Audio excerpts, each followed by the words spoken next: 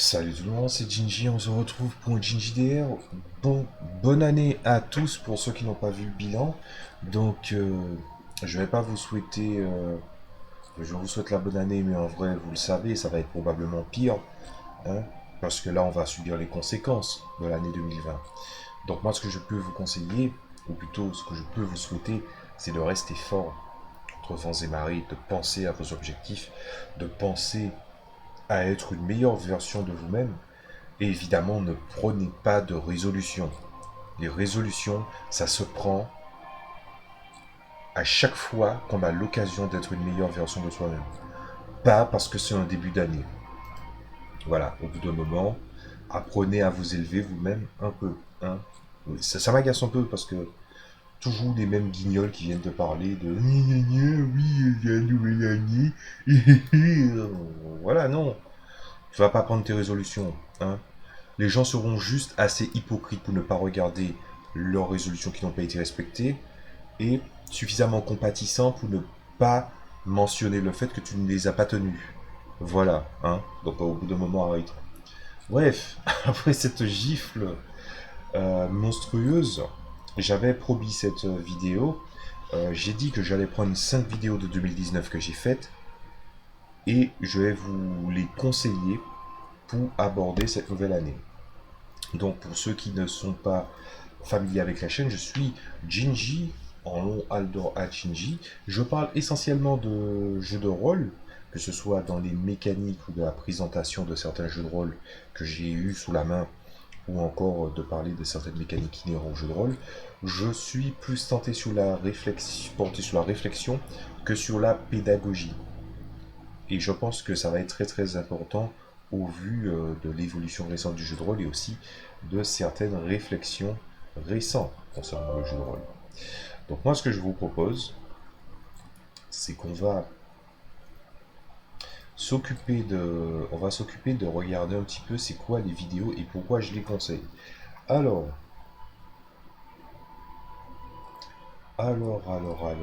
c'est quoi qu'on a comme truc? Alors ces vidéos-là, c'est une espèce de complémentaire. Donc le premier choix que je vais vous conseiller, c'est La fortune et la chance 2 et la vidéo qui lui fait suite, c'est-à-dire les choix de fonctionnement et outils mis en place dans le jeu de rôle.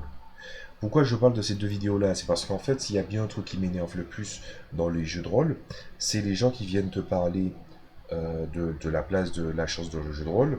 Et même s'il y a une part qui vient d'interprétation dans ce que je viens de dire, c'est-à-dire que c'est mon opinion, mon interprétation, et aussi mes observations, la chance dans le jeu de rôle est quelque chose qui semble être vecteur de frustration, mais en même temps les gens veulent le beurre, l'argent du beurre, le cul de la beurrette, et ça commence à être un peu chiant, c'est-à-dire que les gens qui soi-disant n'aiment pas les dés, par contre quand ils réussissent il n'y a pas de problème. Donc voilà, et aussi les gens qui n'aiment soi-disant pas les dés jouent souvent des jeux avec des dés, donc faudrait savoir. Voilà.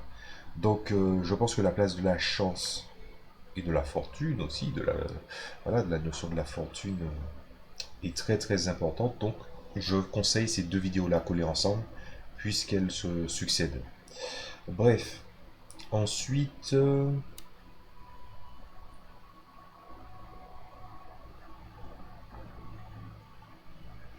je pense que je vais pas parler des lectures holistiques, tout ça.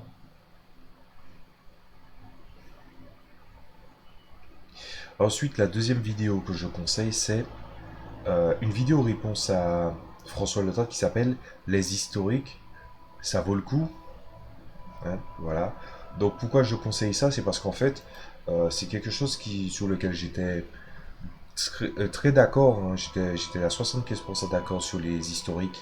Est-ce que ça sert à quelque chose?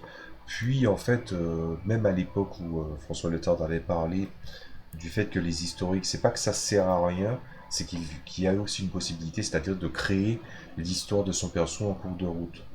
Et c'est vrai que moi qui ai demandé à mes joueurs des fois d'écrire les historiques de leurs personnages, pas pour un caractère obligatoire, pas parce que c'est sympa, mais parce que il n'y avait pas d'investissement chez eux. Et qu'il fallait que j'avais un investissement tangible. Eux qui me demandaient justement de pouvoir avoir des aventures qui sont sympas. Donc c'est quelque chose de très... comment dire ça? C'est quelque chose de très chiant quand tu vois qu'il y a des joueurs qui viennent te réclamer des choses, mais qu'ils ne se battent pas pour pouvoir obtenir cette chose. Vous voyez ce que je veux dire par là? Et les historiques, tu peux ne pas connaître l'univers et donc mettre un historique. Et je pense qu'il y a une espèce de rapport de responsabilité entre le joueur, ce qu'il doit produire pour son personnage, et le maître de jeu. Mais ça, je vais l'expliciter dans une vidéo à venir, une chaîne, un ensemble de vidéos à venir, qui sera le lien entre le catch et le JDR. En tout cas, je conseille cette vidéo-là. Euh, Qu'est-ce que je conseille encore? Ah oui, cette vidéo-là, elle est très récente puisqu'elle date d'il y a un mois. C'est un JDR qui parle de s'adapter concrètement aux intentions d'une expérience de jeu de rôle. Alors ça, c'est quelque chose qui est très très important, je pense, puisque il y a des jeux de rôle qui ont une intention spécifique de l'auteur et il a mis tout un procédé mis en place. Ça peut arriver que le jeu il pêche parce que soit il a utilisé un système générique, un système existant, soit il a voulu utiliser, il ne s'est pas trop consacré au système et les règles sont bancales. Et quand tu veux représenter un jeu de rôle, quand tu veux le patcher, tu veux le modifier, il faut que tu réfléchisses à qu'est-ce que l'auteur voudrait, qu'est-ce que l'auteur voulait faire à la base. Parce que n'importe quelle personne peut emprunter un système et créer sa propre tambouille pour faire un univers. Voilà, il y a même des jeux qui sont faits pour ça. Mais là, il s'agit plutôt de vraiment s'accorder sur comprendre qu'est-ce que sont les intentions de l'auteur et pourquoi faut-il les respecter. Et dans des jeux, par exemple, comme du Donjon et Dragon ou ces systèmes des vins, le but est toujours d'avoir une bonne ou une belle aventure. Est-ce que les mécaniques et les procédés mis en place sont parfaits? Non. Mais si elles ne te plaisent pas tant que ça, tu dois toujours te calquer sur le fait que tu voulais faire, que c'était un récit d'aventure. Et à ce moment-là, il faut rentrer plus profondément dans le sujet. C'est ce que je vous propose au travers de cette vidéo. Bien, ensuite, je vais, euh, je vais vous conseiller une autre vidéo. Euh, je pense que j'ai parlé aussi de MJ, un métier, et si on en parlait.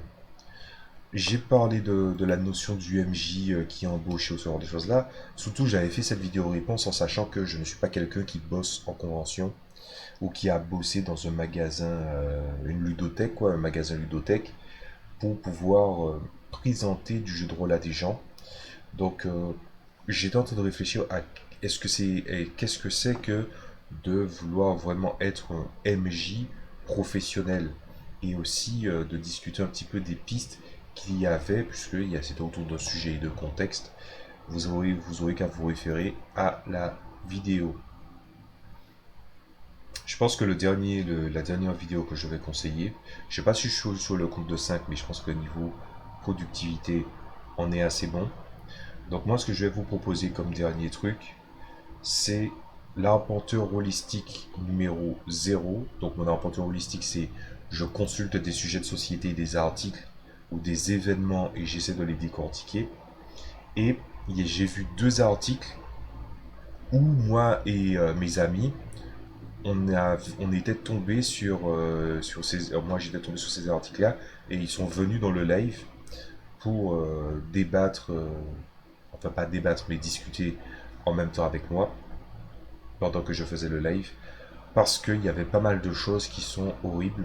Et c'est à ce moment-là où on commence à se rendre compte que revisiter les races, ou bien la quête de représentation, ou cette espèce d'agenda pour faire du politiquement correct, est offensif, pas offensant, parce que je pense que il y aura forcément un truc qui va être offensant. Le truc, c'est de ne pas l'être délibérément. Et là, c'est offensif comme truc. C'est-à-dire qu'on oblitère certains principes. Par exemple, je rappelle que dans un épisode de Community, on a viré le truc, je crois, parce qu'il y a un elfe noir, enfin un noir qui se déguise en elfe noir. Alors que le mot noir, la couleur de peau pour les gens, la race, ils ont osé l'affilier à elfe noir, qui elfe noir ne veut pas dire que les elfes sont nécessairement noirs, mais tout simplement qu'ils sont maléfiques. Comme si en fait il pouvait y avoir un pont entre les deux. Tout comme le rapport à la sauvagerie des orques, où en fait un mec est venu expliquer avec énormément de biais que un orc c'est offensant dans sa représentation parce que il est sauvage et qu'il n'aurait pas été offensif s'il avait des traits de caractère de culture européenne. C'est-à-dire qu'il considère que l'européen c'est la norme. Si vraiment vous êtes choqué par ça, allez voir cette vidéo. C'est très intéressant de voir à quel point les gens qui soi-disant veulent défendre soi-disant les minorités, ils prennent vraiment les gens pour des cons tout en étant tout aussi racistes que les racistes, voire même plus. Et aussi demander en plus faire des choses sans demander la permission. On peut dire pas mal de choses sur Wizard of the Coast, mais ça par contre, le coup des elfes noirs, ou le coup des orques, ça c'est quelque chose que je trouve très très maladroit et aussi très très froid dans un certain sens parce que c'est juste pour dire je ne veux pas avoir de problème alors que le monolithisme elfe noir est quelque chose qui peut être bon pour raconter quelque chose avec le jeu de rôle. On a besoin de détracteurs même si tu veux faire que ton jeu soit politique, admettons, puisque tout le monde veut que tout soit politique et politisé. Tu peux te servir des détracteurs et de préférence si tu veux être riche et aussi être lucide vis-à-vis de ton opinion et non pas juste piétiner l'opinion des autres parce que de toutes les façons ton opinion c'est la meilleure, tu dois utiliser beaucoup de justesse et aussi beaucoup de détracteurs pour pouvoir raconter et dénoncer des choses dans un univers. Et avec ces modifications-là, tu ne peux pas le faire. C'est pour ça que j'étais très content de voir que Games Workshop a dit notre univers, il y a dans nos univers, il y a des gens racistes, il y a des gens xénophobes, il y a des gens sexistes, on n'en a rien à foutre, on va laisser tel quel. Je suis pour ça. Parce que montrer des travers de certaines races, surtout que n'oubliez pas cette théorie dont je vous parle souvent, c'est, pour ceux qui connaissent la chaîne depuis longtemps, c'est cette notion des mille et un visages des humains, c'est-à-dire que les gens, quand ils construisent une race, ils projettent une exagération humaine ou une interprétation d'une facette humaine, et même s'il y a anthropomorphisme, on pourrait faire mieux, mais que malheureusement ce n'est pas le cas. Et montrer les travers possibles des humains, ou même existants dans certaines notions, dans certaines cultures, utiliser cette facette-là pour créer un univers et pour montrer à quel point aussi il n'a aucun sens, parce que je rappelle que Warhammer 40 000, il n'y a aucun sens dans cet univers, hein, en vrai. C'est vraiment pour que le prétexte, c'est les gens se foutent sur la gueule. Fin, faut pas chercher plus loin que ça. Un gna, oui, les pétrosonneuses, elles peuvent pas découper le corps en deux, machin. C'est pas censé être réaliste. Voilà, c'est tout ce que j'ai à dire. Si elle est cohérente vis-à-vis de son propre univers, il n'y a pas de problème. Mais, au bout d'un moment, il faut arrêter de gommer le passé parce que les gens vont oublier. Les gens oublient déjà. Les gens sont déjà au point où ils veulent ils veulent tirer la couverture. Ils pensent que voilà, ils sont plus importants que les autres. Et quand il y a des soi-disant des marches comment dire ça, quand il y a des marches soi-disant pour défendre la cause de tel ou tel peuple, ces gens de ces mêmes peuples-là viennent traiter les autres comme de la merde. Surtout s'ils sont blancs, hein, rappelons-le. Hein. Donc c'est quoi? C'est pas l'égalité que les gens cherchent. Ce que les gens cherchent, c'est que ils cherchent une épaule pour pleurer et une personne à blâmer. Et ça, je suis contre. Je suis pas un communautariste de base. Je pense que ça se sent dans mes propos. Mais les gens font de la merde dans les univers fictifs, alors que les univers fictifs, apparemment aux yeux des gens, c'est pour pouvoir s'évader. Je ne sais toujours pas ce que ça veut dire et personne ne m'a encore dit ce que ça voulait dire exactement. J'attends vos réponses en commentaire ou en vidéo réponse. Il n'y a pas de souci. Parce que moi, j'ai vraiment envie de savoir. Mais les gens, soi-disant, ils veulent faire ça pour s'évader et vous leur mettez des sujets politiques à la con dont soit ils se foutent ou, dans un pire des cas, ils ont leur propre réponse et que les gens qui viennent à dénoncer certaines choses ou à présenter certaines choses, ils ne seraient probablement pas satisfaits de la réponse possible de cette personne qui est en train qui demande de réfléchir. Ben voilà, il n'y a pas de remise en question. Donc, vous voyez, l'année 2020 a été une année qui a été riche en vidéos qui étaient, on va dire, les vidéos que je propose sont quand même, pour certaines, un poil corrosives. Mais, c'est pas mal. Donc, je vais vous laisser sur ça. Amusez-vous bien et au cours de cette année, vous allez voir que je vais sortir de nouvelles vidéos. Si vous avez des idées de sujets de vidéos ou bien des situations holistique que vous voudriez que je vous apporte une réponse, n'hésitez surtout pas à le faire. Si je peux le faire, je le ferai. En tout cas, c'était GNJ, je vous souhaite encore une fois une bonne année, de faire de votre meilleur, d'être la meilleure version de vous-même, et je vous dis à très bientôt. Salut à tous.